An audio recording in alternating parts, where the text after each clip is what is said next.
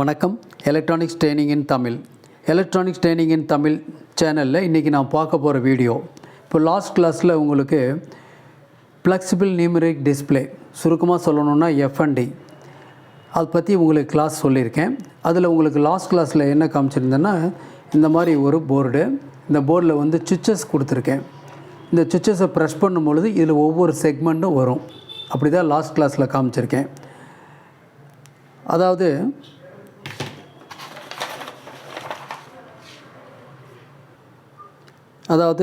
பாருங்கள், இதுதான் சர்க்யூட். இதெல்லாம் வந்து எல்லாமே எல்இடிஸு.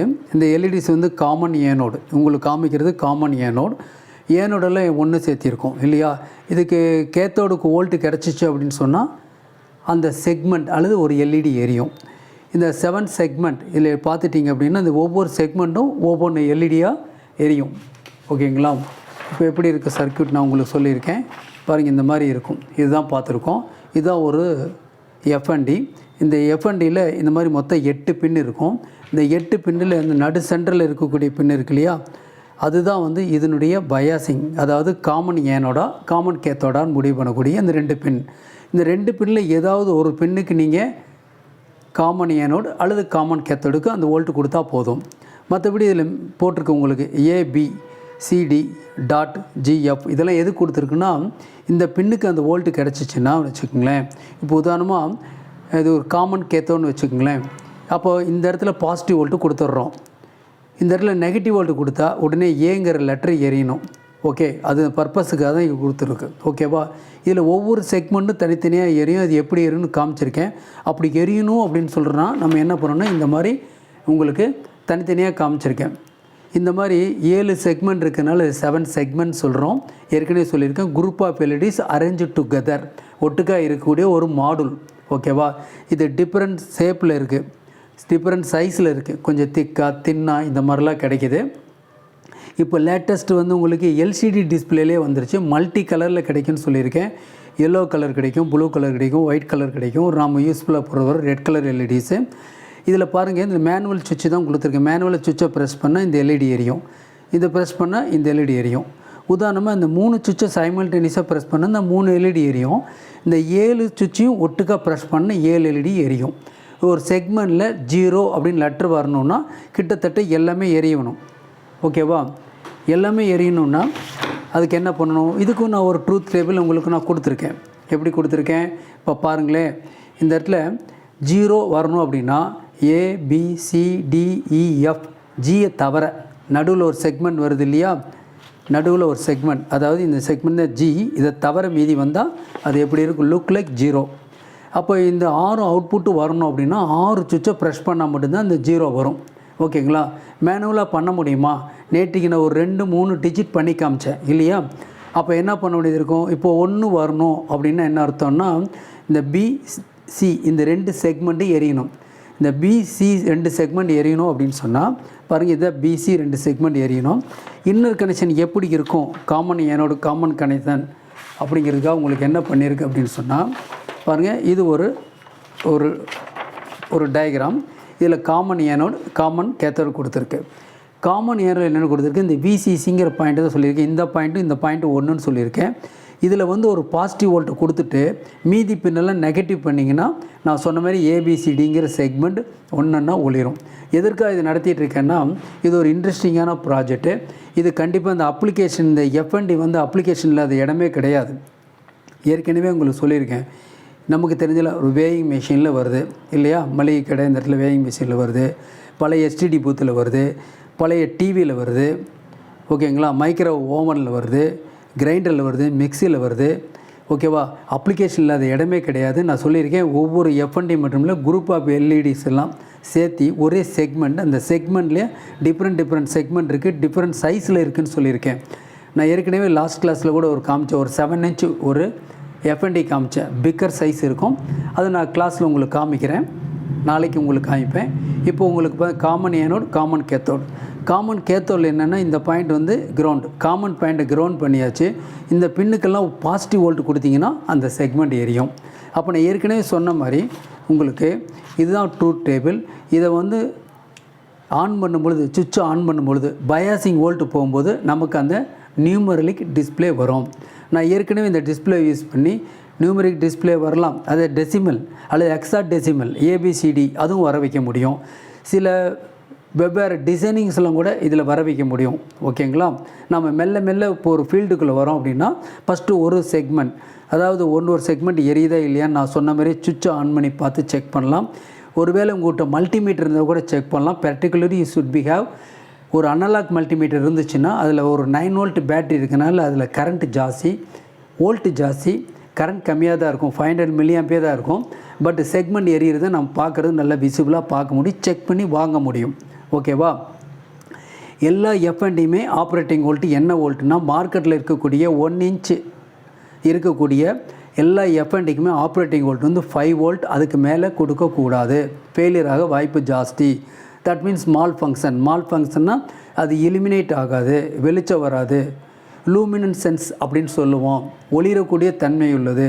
எதுக்காக எஃப்என்டியை பெரும்பாலும் யூஸ் பண்ணியிருக்கோம் அப்படின்னு கேட்டால் இது வந்து விலை கம்மி, ஒன்று கண்ணை உறுத்தாது, இந்த லூமினன்ஸ் வந்து எந்த பாதிப்பு வராது, என்விரான்மெண்டல் ஃப்ரீ. ஓகேவா? யாருக்கு எந்த தொந்தரவும் கொடுக்க போகிறதில்ல. ஓகேங்களா? விலை கம்மின்னு சொல்லியிருக்கேன் இல்லையா? அடுத்தது வந்து என்ன சொல்லியிருக்கோம், டிஃப்ரெண்ட் கலரில் வருது உங்களுக்கு, கரண்ட் டேக்கன் ரொம்ப ரொம்ப கம்மி. ஓகே, ஸோ மோரார்லெஸ் நிறைய காரணங்கள் மூலிமா நம்ம இதை யூஸ் பண்ணுறோம். இப்போ பார்த்தீங்கன்னா பாருங்கள், ஒரு டிஸ்பிளே கொடுத்துருக்கேன். இதில் என்ன பண்ணுறேன், நேற்றைக்கு வந்து மேனுவலாக ப்ரெஸ் பண்ணி காமிச்சேன் இல்லையா? இப்போ என்ன பண்ணியிருக்கேன்னா பாருங்கள், இந்த சுவிட்சை ப்ரெஸ் பண்ணுறேன், 1 வருதா? நான் கொஞ்சம் என்லார்ஜ் பண்ணி காமிக்கிறேன் உங்களுக்கு. ஓகேவா? பாருங்களேன், 1, அடுத்த டிஸ்பிளே 2, 3, 4, ஓகேவா? அடுத்து 5. இப்போ உங்களுக்கு கொஞ்சம் விசிபிளாக தெரியும் பாருங்கள், அப் டு 8 வரைக்கும் வருது. அடுத்து ப்ரெஸ் பண்ணால் 0, 9 இது வந்துட்டுருக்கு இல்லையா? 0 வருது இல்லையா? இப்போ என்ன பண்ணுறேன், இப்போ 1, 2, 3 வருது இல்லையா? இப்போ எனக்கு வந்து ரீசெட் பண்ணணும், ஸ்டார்டிங்லேருந்து வரணும்னா பாரு, இன்னொரு சுவிட்ச் இருக்குது, அதை ப்ரெஸ் பண்ணுறேன், உடனே 0 ஆயிடுச்சு. மறுபடியும் 1 செகண்ட் என்ன பண்ணுறேன், 1 2 3 நான் ஒவ்வொரு தடையும் ப்ரெஸ் பண்ணும் போதெல்லாம் என்ன செய்யும், உங்களுக்கு நம்பர் மாறிக்கிட்டே வந்துக்கிட்டே இருக்கும் இருக்கு இல்லையா? அப்போ என்ன ப்ராசஸ் நடக்குது, நேற்றைக்கு வந்து கொஞ்சம் நான் சொல்லியிருக்கேன் அதே மாதிரியே ஒவ்வொரு செக்மெண்ட் 1 வரணுன்னா இத்தனை பின் கனெக்ட் ஆகணும், இத்தனை செக்மெண்ட் ஒளிரணும், 2 வந்தால் இத்தனை செக்மெண்ட் ஒளிரணும், அப்படின்னா இத்தனை அவுட்புட் வரணும், இத்தனை சுவிட்சை ப்ரெஸ் பண்ணணும், மேனுவலாக ப்ரெஸ் பண்ணணும். ஏதாவது ஒன்று லூஸாக இருந்தால் கூட இந்த செக்மெண்ட் வந்து எலிமினேட் ஆகாது, அந்த லூமினன்ஸ் கிடைக்காது. ஓகேவா? அப்போ என்ன பண்ணணும், ஏற்கனவே சொன்ன சேம் அதே தான். அப்போ இதெல்லாம் ப்ரெஸ் பண்ணணும், ஆனால் நடக்காது இல்லையா? அப்போ என்ன பண்ணலாம் அப்படின்னு பார்க்கும்போது தான் இப்போ என்ன வந்திருக்கு, இந்த இடத்துல ஒரு ஐசி கொடுத்துருக்கேன். இந்த ஐசி வந்து ஒரு சிமாஸ் ஐசி, ஒரு டிகோடர் ஐசி. இந்த டிகோடர் அப்படின்னா கவுண்டர் கம் டிகோடர். இந்த ஐசி 4026 இந்த ஐசி யூஸ் பண்ணியிருக்கேன். நீங்கள் யூஸ் பண்ணணுங்கிறதுக்காக தான் சொல்லிகிட்ருக்கேன். ஓகேவா? அப்போது என்ன பண்ணலாம், இப்போ நம்பர் நீங்கள் என்ன பண்ணலாம், கூட்டலாம் குறைக்கலாம், இது செய்ய முடியும், செஞ்சு பாருங்கள். நீங்கள் பண்ணணுங்கிறதுக்காக தான் நான் உங்களுக்கு அசம்பிள் பண்ணி காமிச்சிட்ருக்கேன். ரீசெட் அமுத்துனீங்கன்னா 0 வந்துடும். ஓகே, இதெல்லாம் நடக்கணும் அப்படின்னா என்ன வேணும் அப்படின்னா, சிம்பிளாக நமக்கு டயக்ராம் இருக்கணும். ஏதாவது ஒரு டயக்ராம் இருந்தால் தான் பண்ணணும், டயக்ராம் இல்லைன்னா பண்ண வேண்டாம். எதுக்காக சொல்ல வரேன்னா, நம்ம ஃபியூச்சரில் சர்வீஸ் பண்ணுற எல்லா எலக்ட்ரானிக் டிவைசஸ் எல்லாத்துக்குமே டயக்ராம் இருக்குது. டயக்ராம் இருந்தால் தான் நம்ம ஃபாஸ்ட்டாக குயிக்காக பண்ண முடியும், ரிசல்ட்டை 100% கொடுக்க முடியும். டயக்ராம் இல்லாமல் பார்க்குறது ரொம்ப கஷ்டம், சிரமம்.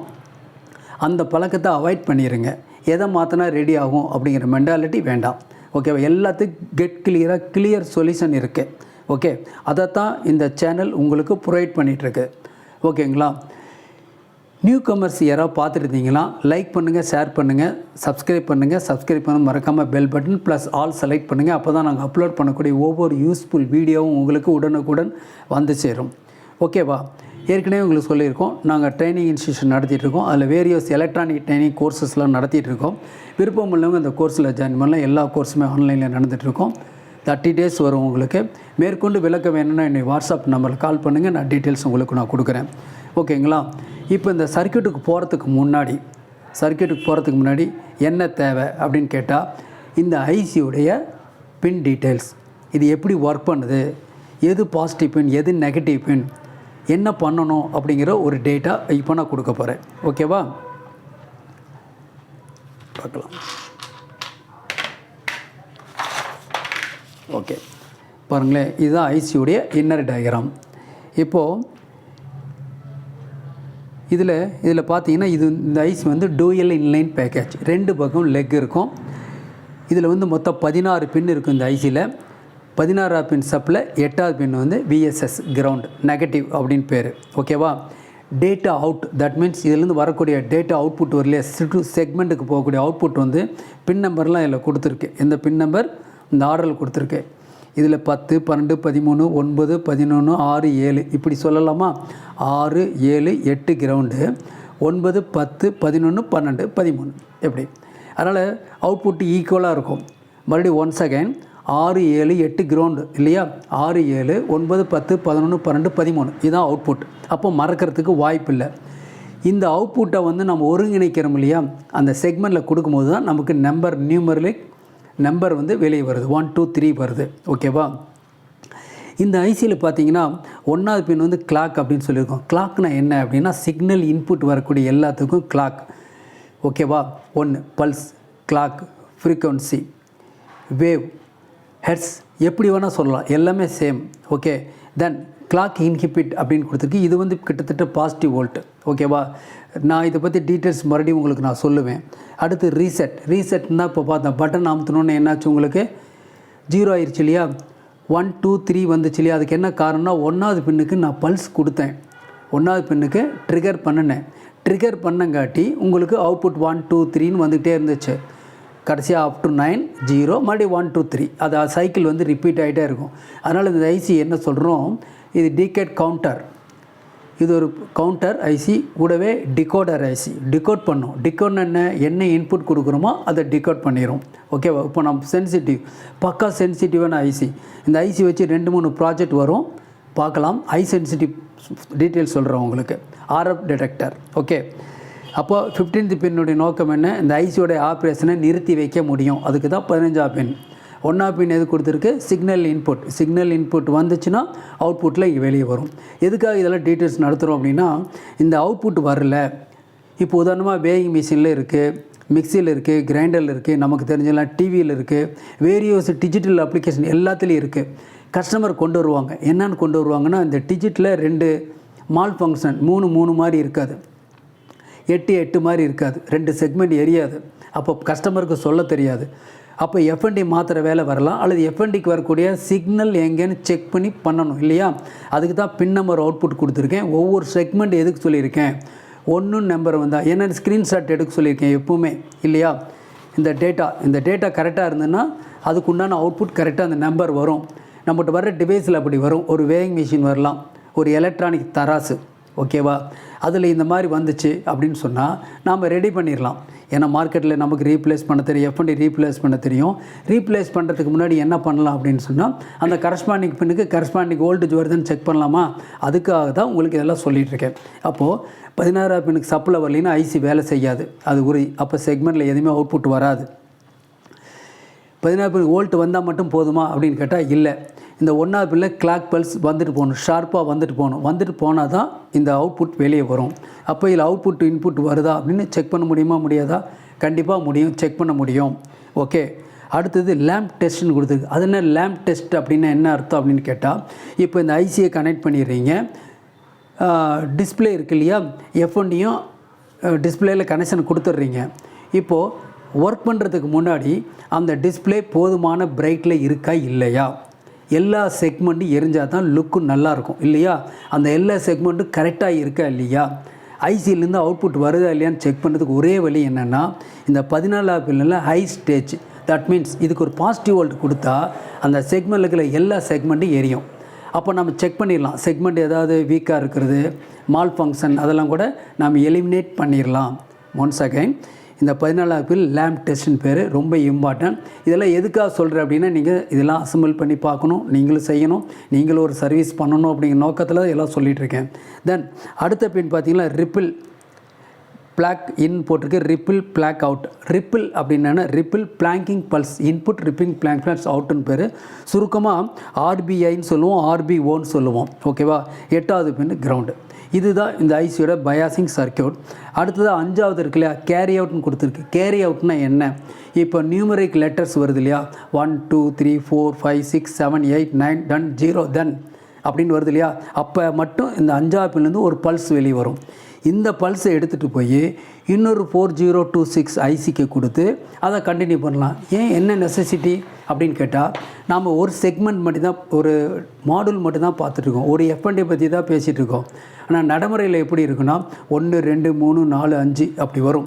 அதாவது 99 நம்பர் வரணுன்னா ஒரு எஃப்என்டியில் வராது, 2 எஃப்என்டி இருந்தால் தான் 99 வரும். ஓகேவா? 3 எஃப்என்டி வர்ற மாதிரி வரும். அப்போ 99.9 இப்படியெல்லாம் வரும் இல்லையா. இந்த 0.9 வரணும் அப்படிங்கிறதுக்காக தான் என்ன பண்ணியிருக்காங்க, இதுலேருந்து ஒரு பல்ஸ் கொடுத்துருப்போம். அது வந்து செக்மெண்ட்டில் தேவைப்பட்டால் மட்டும் தேவைப்படலாம். ஒரு செக்மெண்ட் எக்ஸ்பிளைன் பண்ணுறதுக்காக நான் சொல்லியிருக்கேன். இப்போ அதை சொல்லலை. நாளைக்கு 2 எஃப்என்டி போட்டு சொல்லும் போது 3வது எஃப்என்டி போகிற வாய்ப்பு இருந்தால் நான் போட்டு காமிக்கிறேன். அதில் எப்படி டெசிமல் எரிய வைக்கும், டிபி டெசிமல் பின் பாயிண்ட் அவுட் எப்படி வரும்னு சொல்கிறேன் உங்களுக்கு. ஓகே, அப்போது இப்போ எல்லா டீட்டெயில்ஸும் புரிஞ்சிருச்சு இல்லையா. கேரி அவுட்னா என்ன, ரிப்பிள் இன் ரிப்பிள் அவுட்னா என்ன, லேம்ப் டெப்ஸ்னா என்ன, ரீசெட்னா என்ன, clock input and clock plus minus எல்லாம் சொல்லியிருக்கேன் இல்லையா. இதை வச்சு ஒரு டயக்ராம் பாருங்கள், இதுதான் முக்கியம். ஒரு ஸ்க்ரீன்ஷாட் நீங்கள் எடுத்து வச்சுக்கலாம், ஏன்னா நீங்கள் அசம்பிள் பண்ணி பார்க்கணும் இல்லையா, அதுக்காக நான் கொடுத்துருக்கேன். ஓகே, இதுதான் இது சைக்கிள் ஒரு ஸ்க்ரீன்ஷாட் எடுத்துட்டிங்கன்னா நீங்களே பண்ணி இதை தான் நான் பண்ணியிருக்கேன். ஓகேவா? இந்த 15வது பின்னுக்கு போகுது இல்லையா, அது பேர் வந்து ரீசெட். இந்த பின் இருக்குல்ல, இதான் ட்ரிகர். ட்ரிகருக்கு என்ன பண்ணியிருக்கேன் பார்த்தாவே தெரியுது, இது 9 வோல்ட் சைக்கிள் ஆப்ரேட் ஆகுது. இந்த இடத்துல ஒரு இண்டிகேட்டர் கொடுங்க. எப்போ எந்த போர்டு அசம்பிள் பண்ணாலும் ஒரு இண்டிகேட்டர் கொடுங்க. முடிஞ்சால் என்ன பண்ணலாம் அப்படின்னு கேட்டால், சர்க்கியூட்டில் உள்ளே போகிற வழியில் இந்த மாதிரி எங்கே பாசிட்டிவ் நெகட்டிவ் இருக்கோ இப்படி போச்சுன்னா இந்த இடத்துல ஏனோடு கேத்தோடு கொடுங்க.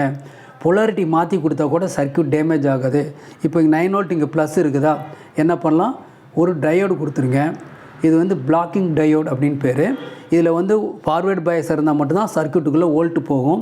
அப்போது நீங்கள் ரிவர்ஸ் பயஸில் எதாவது கொடுத்து சர்க்கியூட் ஃபெயிலியர் ஆகிறதுக்கு வாய்ப்பு ஜாஸ்தி இந்த சீமாஸ் ஐசியில். ஸோ அதனால் நீங்கள் என்ன பண்ணலாம், ஒரு டயோடு கொடுத்துக்குங்க, ஒரு இண்டிகேட்டர் கொடுத்துங்க. இண்டிகேட்டர் எரிஞ்சால் தான் நம்ம கரெக்டாக கொடுத்துருக்குறோம் அப்படிங்கிறது தெரியும், ஏன்னா நியூ கமர்ஸ் அதுக்காக. சரி, இப்போ பாருங்கள், இங்கே ப்ரெஸ் பண்ணால் என்ன நடக்கும் அப்படின்னு கேட்டால், இந்த 1வது பின்னுக்கு ஒரு ஷார்ப்பாக ஒரு ட்ரிகர் பல்ஸ் வரணும், ஒரு துடிப்பு வரணும். ஓகே, வரணுன்னா என்ன பண்ணலாம், இந்த ப்ரெஸ் பண்ணும்போது என்ன ஆகும்னா, இந்த ரெசிஸ்டர், இந்த கெப்பாசிட்டர், இதுக்கு பேர் ஆர்சி நெட்வொர்க் அப்படின்னு சொல்லுவோம். இப்படி ப்ரெஸ் பண்ணும்போது என்ன ஆகும்னா, இது சார்ஜ் பண்ணி டிஸ்சார்ஜ் பண்ணும் பொழுது இந்த 1வது பின்னுக்கு என்ன செய்யும், உங்களுக்கு வோல்ட்டு உள்ளே போகும். 1வது பின்னுக்கு அந்த ட்ரிகர் போச்சுன்னு வச்சுங்களேன், ட்ரிகர் போனோன்னு என்ன ஆகுனா உடனே கவுண்டிங் ஆட்டோமேட்டிக்காக வரும்.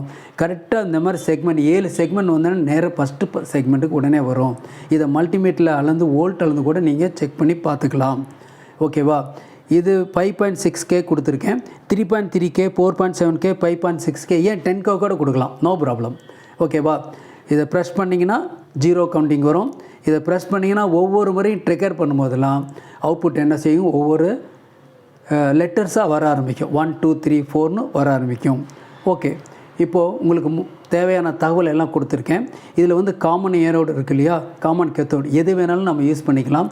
ஏன்னா அந்த மாதிரி மார்க்கெட்டில் வரக்கூடிய வாய்ப்பு இருக்குது. இப்போ இதில் வந்து என்ன பண்ணியிருக்குன்னா, இது வந்து காமன் கேத்தோடு, இதில் ப்ளஸ் வோல்ட் வருது, கேத்தோடு வந்து கிரவுண்ட் பண்ணியிருக்கு, நெகட்டிவ் கிரவுண்ட் பண்ணியிருக்கு, 220 ohms கொடுத்துருக்கு. இது ஒரு லிமிட்டிங்காக கொடுத்துருக்கு. இந்த லிமிட்டிங் என்ன செய்யணும், இதை வந்து பாதுகாக்கிறதுக்காக, ஏன்னா 9 வோல்ட் 5 வோல்ட்டு தான் கொடுக்கணும்னு சொல்லியிருக்கேன். அதுக்கு ஒரு ரெகுலேட்டர் ஐசி வச்சு கொடுக்கணும். இன்ஸ்டெட் ஆஃப் தட் அதுக்கு பதிலாக ஒரு 220 ohms கொடுத்துட்டேன். 220 ohms கொடுக்கல அப்படின்னா நீங்கள் டைரெக்டாக கூட கேத்தோடில் இணைக்கலாம். ஓகேங்களா? தேங்க்யூ ஃபார் வாட்சிங்.